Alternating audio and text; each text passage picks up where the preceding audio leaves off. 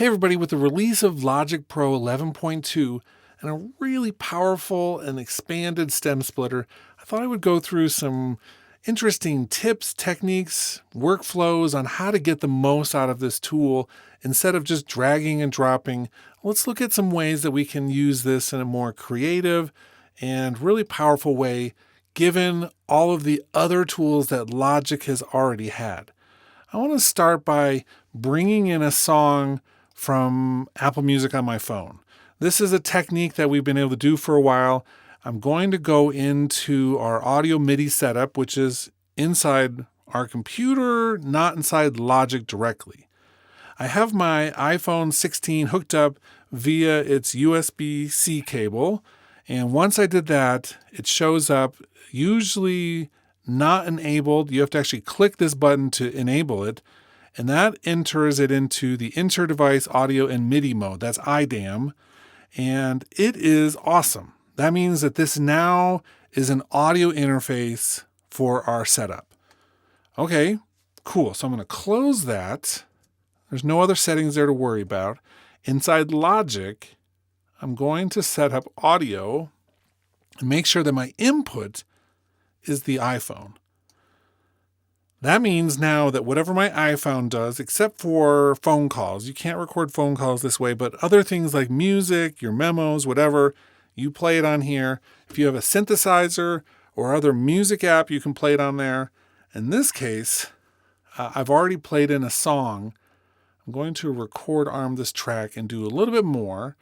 I don't want to hear it. We're going to be very careful not to play any copyrighted music on this video, but it does allow you to do that with copyrighted music. The next thing I'm going to do is up in my header where we have our smart tempo project settings. Instead of saying keep, which just uses your project tempo, I'm going to make sure this is set to adapt. That means, and it's over in the orange right now, when it's blue, it means we've already done it and it won't change it. But now over on this side, where there's orange in front of it, it's going to listen to the incoming audio. Once it's recorded, it will extract the tempo from it.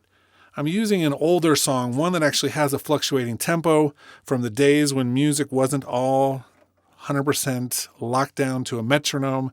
That's cool, but that means that sometimes we have some tempo issues. Okay, I'm going to pull this up at the beginning. I'm going to record now. I'm going to push play on my phone, and you'll see that we have input coming in. I have it muted so you can't hear it. I'm just going to do a small section. I've already done this. I'm just walking you through the process.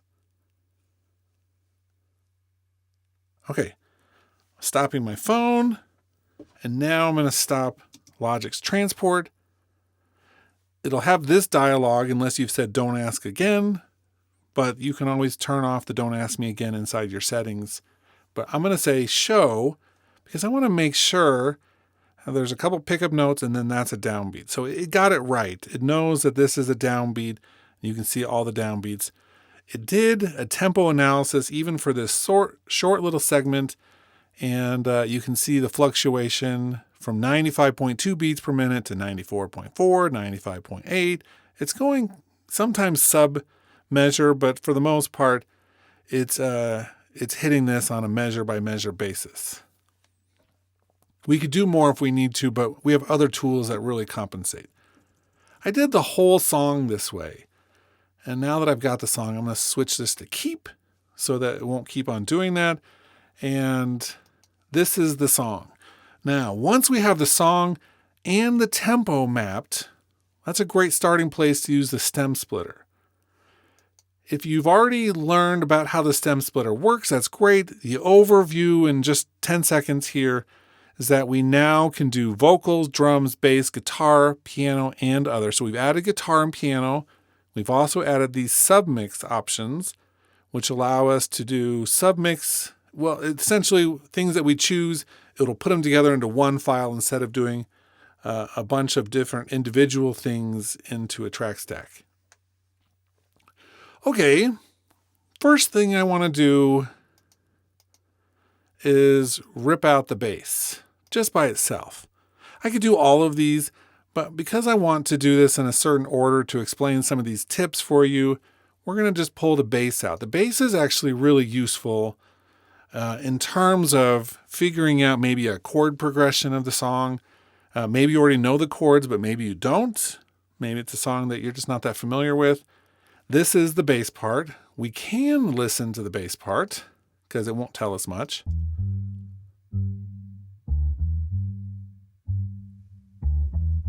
Pretty unremarkable bass, but it's cool.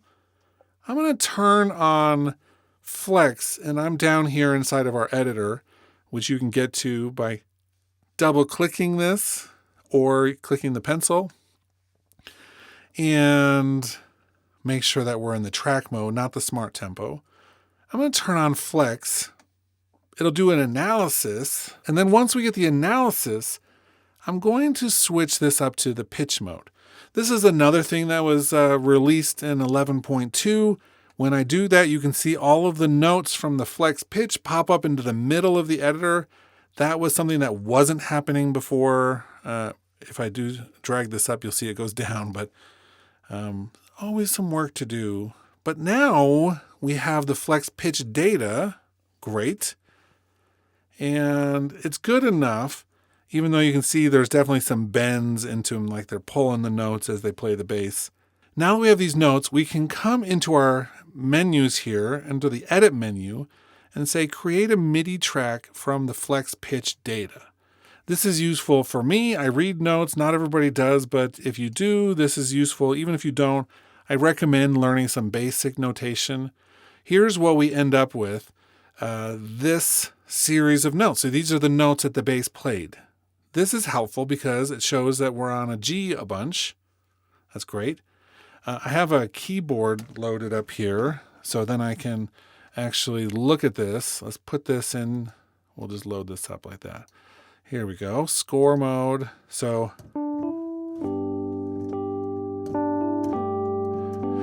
if we were to believe the bass is the root of every chord, that'd be fine. But if you listen to the music, which we may listen to part of it, it actually is going, let's see, it's going up to the G. And then it actually does like an inversion of it. But the bass is staying on the G. That's good information either way.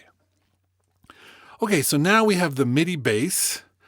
If this isn't looking exactly like this for you, you may have to explore the score functionality a little bit. One of the things right off the bat I can see is that it's putting this over here into like a weird clef. But I'm going to come up here to this track, and I'm going to go to the score settings. Okay, score settings. I'm going to change this to bass. And I just want this to be on eighth notes for the visual quantization. I've noticed some quirks about this. Maybe this is a more recent thing, but it is giving me double notes, even when in the piano roll, it's like, maybe it's just the teeniest ever. It's really because the quantization is set to a point where that teeny note is triggering a double, even though we might not hear it.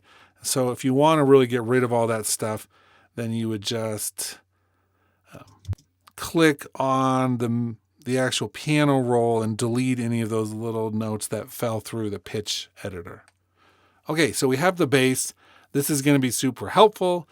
Let's go back up to our original.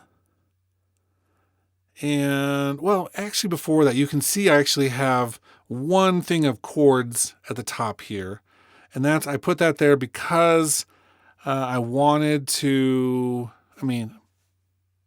be able to manipulate some session players.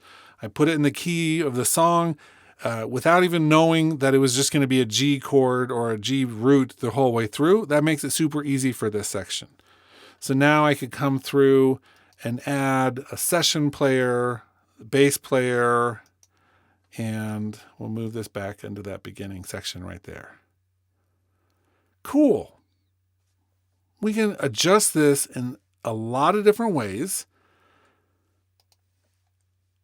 Let's come out here to the main.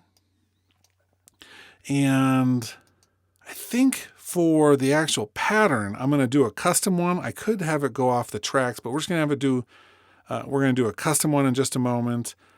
Let's see if there's anything other things here I wanted to fix with this. I think for the moment, I want to make sure the octaves, it just stays in the root, except for fills. And then if I'm looking at the score here, da, da, da, da, da, da, in that section. So it's like that pattern with the dotted quarter note. So we'll do dotted quarter note and then some eighth notes. Let's listen to just this section for a moment. We'll go back to the beginning.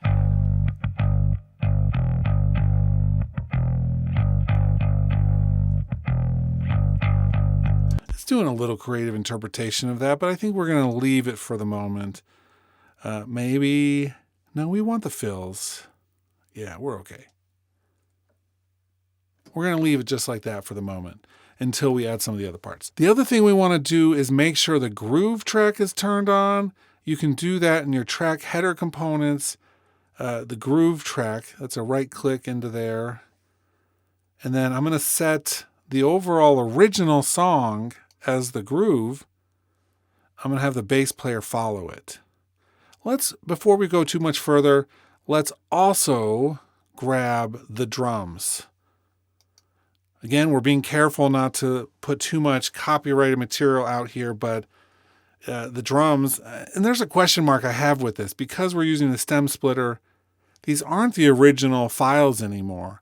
These are no longer the original recordings when you do a stem split. At least I'm assuming there's a case that could be made for that. I wonder if it's actually been settled in a court or not. But for the moment, we're going to just pretend like they are not the original recordings anymore. They've been extracted, rebuilt, resynthesized, and then we have them coming out the other side.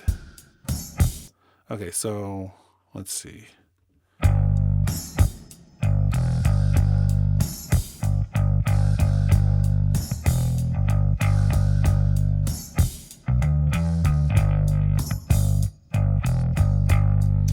Let's pull off one more layer of this. I'm going to grab the guitars this time. You'll notice I'm not even telling you what the name of the song is. That's actually irrelevant in this case because I'm taking parts to do something new with them. You could do this with any song that you want to pull from any source and build it into something new. I'm actually a huge fan of music being a little bit more open like this. I know if you're like part of a record label or an artist, this may actually give you the willies a little bit, thinking that people can just take parts of your stuff. Maybe those fears are justified, but I tend to have a more open view towards a lot of those things.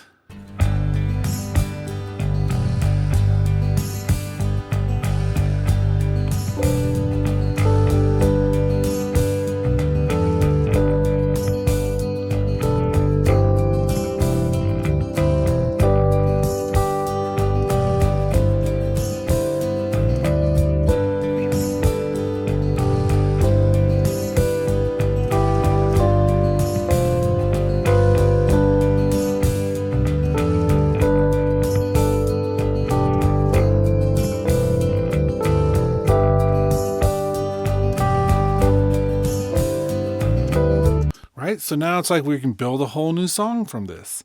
We could set these up as loops, meaning we can take selections of the drums and loop it out as long as we wanted to go. We could take different parts of the song. There's obviously a lot more to this song than just drums and guitar and bass, but we're going to leave those parts off of this particular stream. This is just showing us how we can take first of all, record the song into here, get the tempo of the song, use that to be able to add the session players to the song, use the convert to MIDI from the flex pitch to help us learn the chords of the song and put those into place. I mean, there's just a lot to this that is very useful. And the expanded flex tool is making a lot of that extremely possible. So let's take maybe a little bit more, let's go a little bit more advanced down the drum route for a second.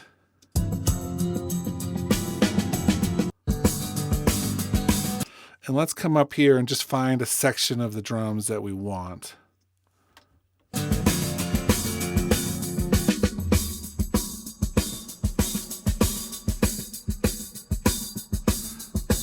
These drums are what I would call, like, I mean, they're not doing anything like super incredible, but there's kind of a cool vibe to them, you know, from the 60s.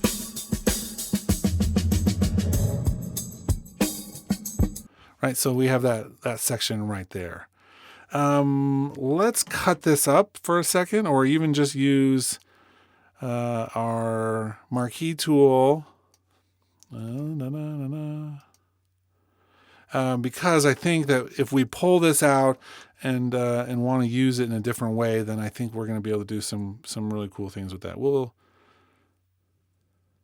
use our scissor tool. There we go.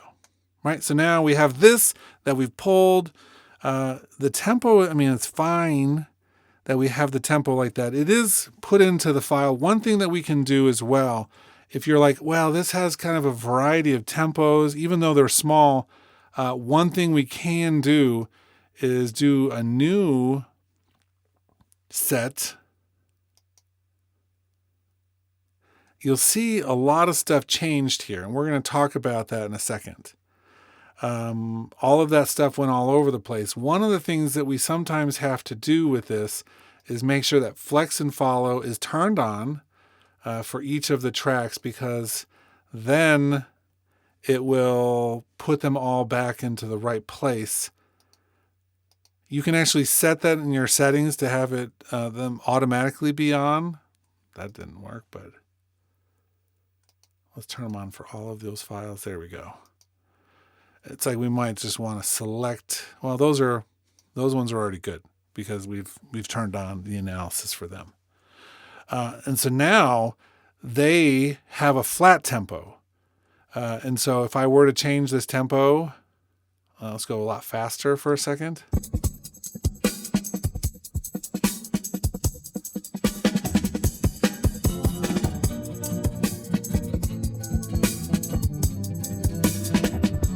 So it is, the whole thing is following the tempo of whatever we do here.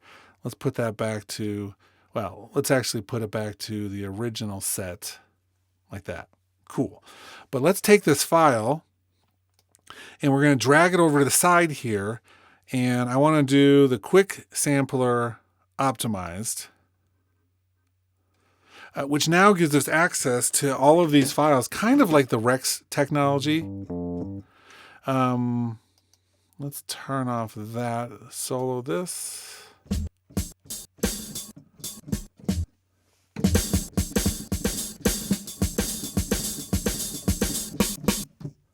And so we can turn in any part of that pulled stem split file into a quick sampler, which gives us trigger points. And we can adjust those if we like, if we're like, you know what, I really feel like we don't want this one here. Then we can actually adjust these all, change them, move them around, add them in. We can just look and see where some of them probably shouldn't have had slices like that first one.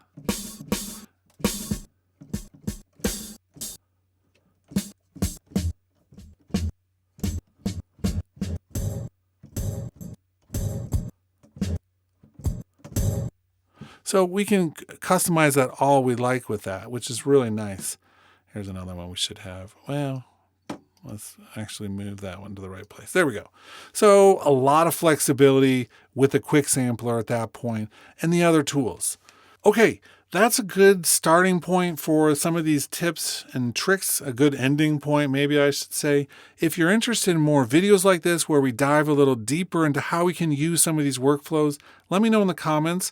There's a lot more we can discuss, and I'll be looking at ways to make additional videos to explore some of this, but let me know what you're interested in, because I think that that'd be really helpful to know more which direction you're interested in going. Okay, That's it for now. Talk to you in the next video.